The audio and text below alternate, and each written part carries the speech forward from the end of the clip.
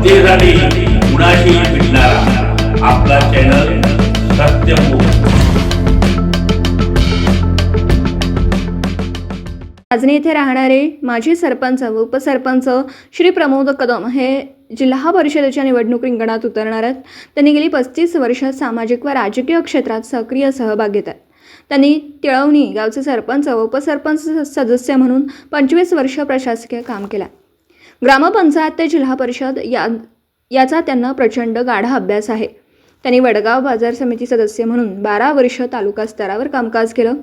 त्यामुळे त्यांना स्थानिक पातळीवर रुई मतदारसंघात आपल्या जवळच्या गावातील उमेदवार म्हणून लोकांकडून प्रचंड प्रतिसाद मिळताना दिसतोय।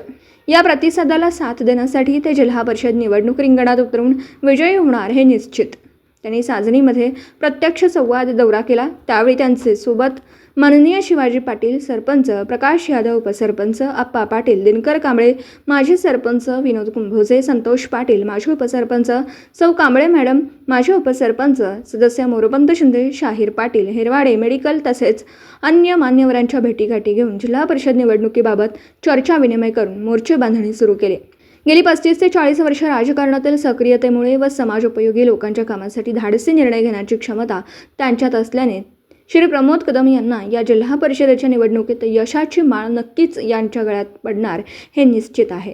सत्यमुख परिवारातर्फे श्री प्रमोद कदम यांचं खूप खूप अभिनंदन। भविष्यात जनतेसाठी लोककल्याणार्थ चांगली कामं यांच्या हातून होऊ देत ही श्री प्रभू रामभक्त हनुमानजी चरणी प्रार्थना। सत्यमुख प्रतिनिधी बाबासाहेब मांगलेकर, इचलकरंजी।